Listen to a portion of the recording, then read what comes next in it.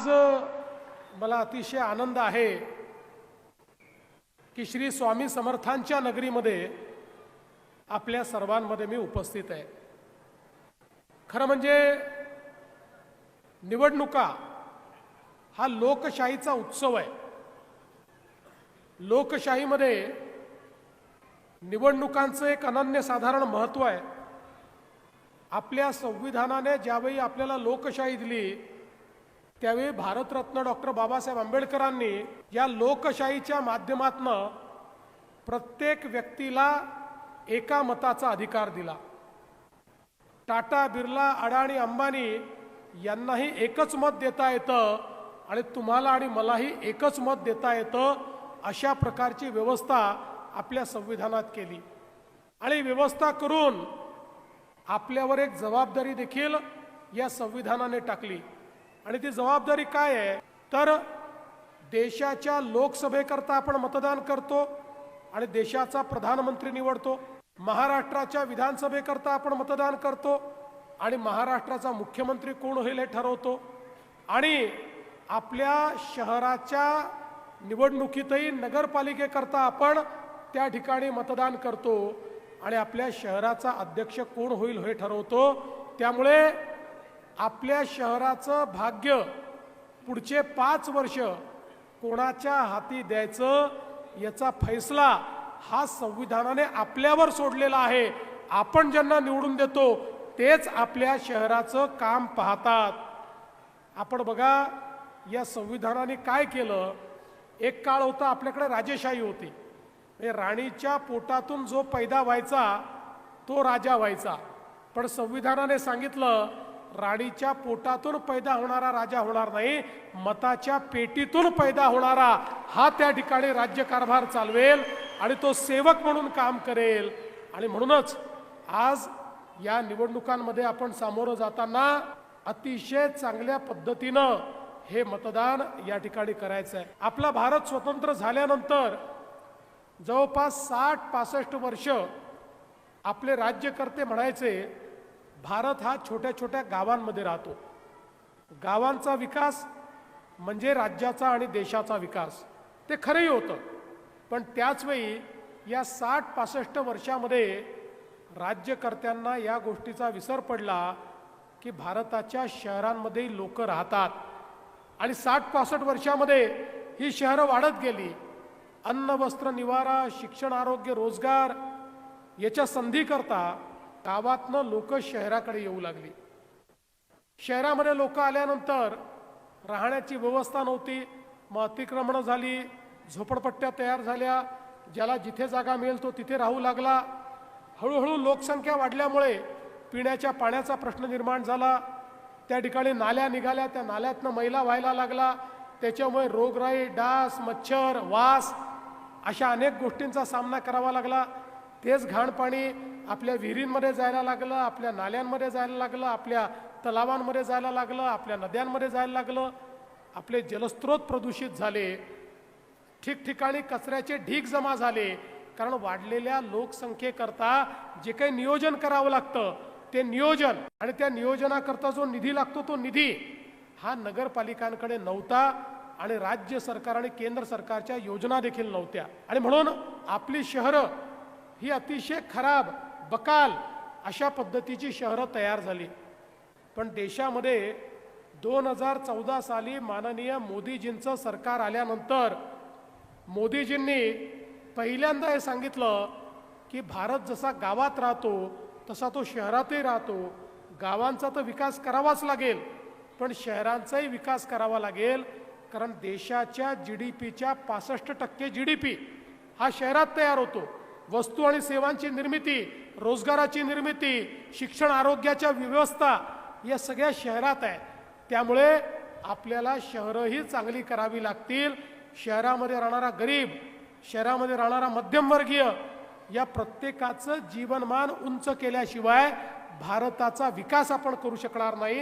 आणि म्हणून पहिल्यांदा देशाच्या इतिहासामध्ये माननीय मोदीजींनी लाखो कोटी रुपये हे शहर विकासांकरता स्मार्ट सिटीची योजना, अटल अमृत शहराची योजना, स्वच्छ भारत शहरांची योजना, प्रधानमंत्री शहरी योजना, अशा अनेक योजना सुरू केल्या आणि शहरातलं जीवनमान बदललं पाहिजे याकरता मोठ्या प्रमाणात प्रयत्न सुरू केला. 2014 ते 19 आपलं सरकार होतं. त्या सरकारच्या काळामध्ये केंद्र सरकार आणि राज्य सरकार मिळून खूप मोठ्या प्रमाणात आपण निधी देणं सुरू केलं आणि त्यातनंही एक परिवर्तन करण्याचा प्रयत्न हा आपण त्या ठिकाणी सुरू केला. पण मला एक गोष्ट निश्चितपणे या ठिकाणी सांगायची आहे की जेव्हापासनं आपले सचिन कल्याण शेट्टी हे आपले आमदार झाले तेव्हापासनं मात्र अक्कलकोट असो, दुधनी असो, मैंदर्गी असो, इथल्या विकास कामांना खूप मोठ्या प्रमाणात चालना मिळाली आणि मोठी कामं ही या ठिकाणी व्हायला लागली. आज आपण बघा, महाराष्ट्राचा विचार केला, महाराष्ट्राची अर्धी जनता 6.5 कोटी लोक 40,000 गावांमध्ये राहतात आणि तेवढेच 6.5 कोटी लोक अक्कलकोट सारख्या 400 शहरांमध्ये राहतात. 40,000 गावांमध्ये अर्धे लोक आणि 400 शहरांमध्ये अर्धे लोक. या 400 शहरांमध्ये राहणाऱ्या लोकांच्या जीवनामध्ये आपल्याला परिवर्तन घडवायचं आहे आणि म्हणूनच आपल्या सरकारने नुकताच 2 महिन्यापूर्वी एक चांगला निर्णय केला. कारण आमच्या लक्षात आलं, प्रधानमंत्री आवास योजनेत मोदीजींनी शहरामध्ये राहणाऱ्या बेघरांकरता, कच्च्या घरात राहणाऱ्या, झोपडपट्टीत राहणाऱ्या प्रत्येकाला त्या ठिकाणी घर मिळालं पाहिजे म्हणून आपल्याला पैसा दिला. पण लक्षात आलं, हा पैसा जरी मिळाला तरी लोकांना घर मिळत नाही. याचं कारण त्या ठिकाणी लोक अतिक्रमण करून बसले आहेत आणि त्यांच्या मालकीची जमीन नसल्यामुळे जमिनीचा पट्टा त्यांच्याकडे नाही, म्हणून त्यांना घर मिळत नाही.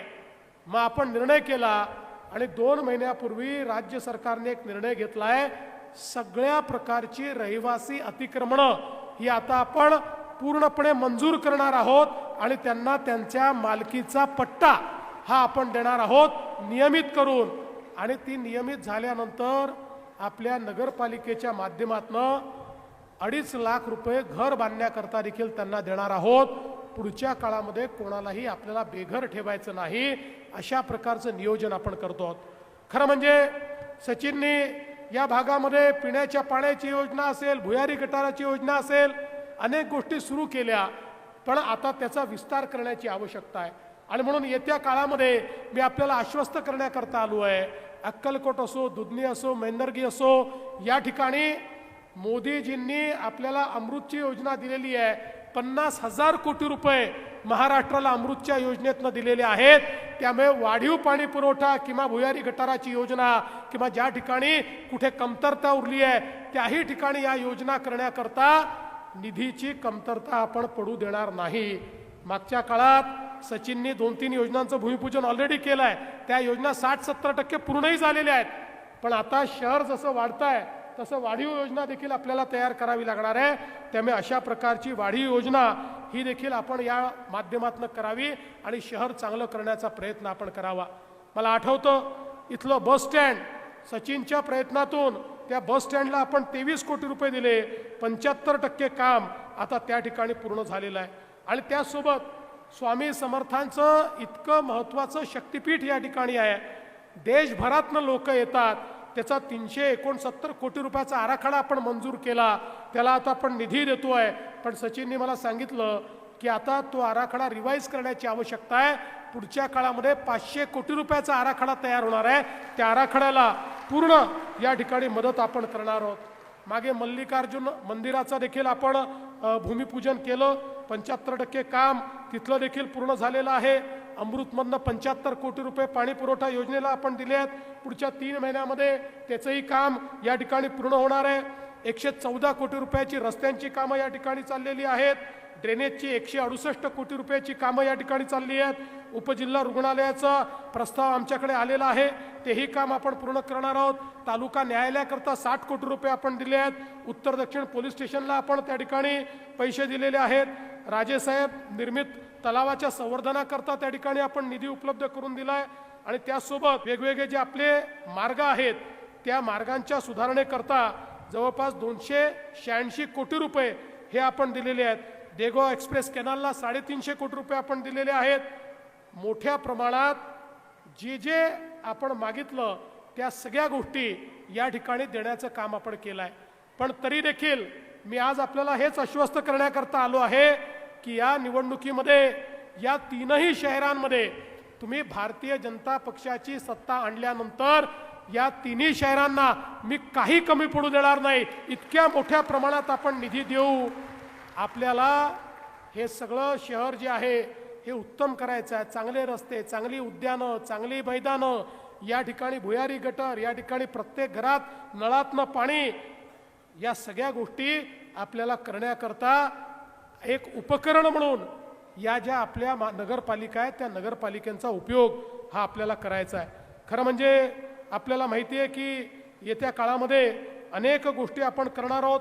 दुधनीमध्ये तर आता बऱ्याच काळानंतर ही निवडणूक होते आणि मला विश्वास आहे, कारण मागच्या वेळी मला असं वाटतं आपल्याला तिथे बहुमत मिळालं होतं, पण नगराध्यक्ष फक्त आपले नाही, नगराध्यक्ष होता आपलं बहुमत नव्हतं. नगराध्यक्ष आपले होते, बहुमत आपलं नव्हतं, त्यामुळे काम करताना अडचण झाली. त्यामुळे आता दुधनीच्या लोकांना माझी विनंती आहे, नगराध्यक्षही द्या आणि पूर्ण बहुमतही द्या. मग दुधनी आम्ही पूर्णपणे बदलवतो, कारण आपल्याला माहिती आहे की कुरनूर धरणातनं पाणी देण्याकरता दुधनीला 47 कोटी रुपये आपण दिले आहेत. अंतिम टप्प्यात काम आहे, 3 महिन्यात ते काम देखील पूर्ण होईल. उडान पुलाकरता देखील केंद्र सरकारच्या माध्यमातून 100 कोटी दिले आहेत. रेल्वे स्टेशन करता 50 कोटी, असे अनेक, म्हणजे मी सगळं सांगत बसलो तर भरपूर वेळ या ठिकाणी जाईल. मैंदर्गीमध्ये पहिल्यांदाच आपण आपल्या चिन्हावर त्या ठिकाणी निवडणूक लढतो आहोत आणि मला हे माहिती आहे की तसं मागच्या वेळेस लढलो होतो, याही वेळेस आपण लढतो आहोत आणि जवळपास तिथे पाणी पुरवठ्याकरता 27 कोटी रुपये हे आपण दिलेले आहेत. माझी आपल्या सर्वांना विनंती आहे की या निवडणुकीच्या निमित्ताने एक सकारात्मक अजेंडा घेऊन आम्ही आपल्यामध्ये आलो आहोत. मी बघा माझ्या भाषणामध्ये कोणावर टीका करत नाही, कुठल्या पक्षाला उणंदुणं बोलत नाही, कुठल्या उमेदवाराला उणंदुणं बोलत नाही, कारण अशा प्रकारे उणंदुणं बोलण्याची वेळ त्यांच्यावर असते ज्यांच्याकडे काही कार्यक्रम नसतो. माझ्याकडे विकासाचा कार्यक्रम आहे, भारतीय जनता पार्टीकडे एक विकासाची ब्ल्यूप्रिंट आहे, शहरं कशी बदलली पाहिजेत या संदर्भात आपल्याकडे एक विचार आहे आणि ती शहरं बदलायची असतील तर जसं मी सांगितलं, लाखो कोटी रुपये मोदीजींच्या माध्यमातनं आणि भाजपच्या सरकारच्या माध्यमातनं आपल्यापर्यंत येणार. पण त्या ठिकाणी जर नगरपालिकेमध्ये भाजपचा अध्यक्ष नसेल तर त्या ठिकाणी त्या पैशाचं काय होईल हे आपण सांगू शकत नाही. कदाचित त्या ठिकाणी हे पैसे मुरले जातील आणि तुमची विकास कामं तुमच्यापर्यंत पोहोचणार नाही. पण भाजपचे अध्यक्ष असले तर ते चांगलंच काम करतील, पण एखाद वेळेस चूक केली तर त्यांचा कान धरायचा अधिकार आम्हाला असेल आणि त्यांचे कान धरून त्यांच्याकडनं योग्य काम हे मी असेल, पालकमंत्री असतील, आमदार असतील, आम्ही मिळून करून घेऊ. आणि म्हणूनच आपल्याला माझी विनंती आहे, येत्या निवडणुकीमध्ये आपण कमळाचं बटन दाबून अध्यक्ष आणि संपूर्ण नगरसेवक हे निवडून आणा. आपल्या शहराच्या परिवर्तनाकरता, आपल्या शहराला आधुनिक बनवण्याकरता आपण सगळे लक्ष घाला. आपल्याला कल्पना आहे, आम्ही दिलेली आश्वासनं पूर्ण करणारे लोक आहोत, कधी पळून जात नाही. ज्यावेळी आपल्या आशीर्वादाने मागच्या 23 नोव्हेंबरला 232 जागा आपल्या आल्या आणि एक अभूतपूर्व अशा प्रकारचं मॅन्डेट मिळालं, त्यानंतर लोक म्हणायला लागले आता या BJP वाल्यांच्या इतक्या सीटा आल्या की आता हे लाडकी बहीण योजना बंद करणार. 1 वर्ष झालं लाडकी बहीण योजना बंद झाली नाही. आणि माझ्या लाडक्या बहिणींना या ठिकाणी सांगतो, जोपर्यंत तुमचा देवा भाऊ मुख्यमंत्री आहे तोपर्यंत काहीही झालं तरी लाडकी बहीण योजना बंद होणार नाही. पण त्याच वेळी मी मिलन कल्याण शेट्टी, अंजली ताई आणि अतुल भाऊ तुमच्यावर एक जबाबदारी या ठिकाणी टाकतोय की आता आमच्या लाडक्या बहिणींना केवळ लाडकी बहीण ठेवायचं नाहीये, आमच्या लाडक्या बहिणींना लखपती दीदी आता आपल्याला बनवायचं आहे. गेल्या 1.5 वर्षामध्ये 50 लाख लाडक्या बहिणी लखपती दीदी झाल्या. म्हणजे ज्या दरवर्षी 1 लाख रुपयापेक्षा जास्त पैसा स्वतःच्या भरोशावर कमवतात, अशा 50 लाख आम्ही केले आहेत. पुढच्या वर्षीपर्यंत 1 कोटी लाडक्या बहिणींना आम्ही लखपती दिदी बनवणार आहोत आणि म्हणून या तिन्ही नगराध्यक्षांवर या ठिकाणी जबाबदारी टाकतोय। ते निवडून आल्याबरोबर त्यांनी लखपती दिदीचा कार्यक्रम हातामध्ये घ्यायचा आहे आणि माझ्या सगळ्या लाडक्या बहिणींना त्या ठिकाणी लखपती दिदी करून त्यांच्या माध्यमातून मोठं परिवर्तन घडवायचं आहे। बंधू भगिनींनो, या सोलापूर जिल्ह्यामध्ये शेतकऱ्यावर मोठं संकट आलं, आम्ही मागे राहिलो नाही। आमच्या पालकमंत्र्यांच्या नेतृत्वात मोठं काम त्या ठिकाणी केलं, शेतकऱ्यांना अभूतपूर्व अशा प्रकारची मदत केली। ज्या ज्या ठिकाणी आवश्यकता आहे त्या त्या ठिकाणी तुमच्या पाठीशी उभे राहणारे आम्ही लोक आहोत आणि म्हणूनच तुमचा आशीर्वाद हा सातत्याने आमच्या पाठीशी असला पाहिजे। मी शेवटी जाता जाता तुम्हाला एवढीच विनंती करतो, 2 तारखेला कमळाची चिंता तुम्ही करा, त्यानंतर 5 वर्ष तुमची चिंता आम्ही करू, हा विश्वास तुम्हाला देतो आणि माझं बोलणं संपवतो। धन्यवाद। जय हिंद, जय महाराष्ट्र।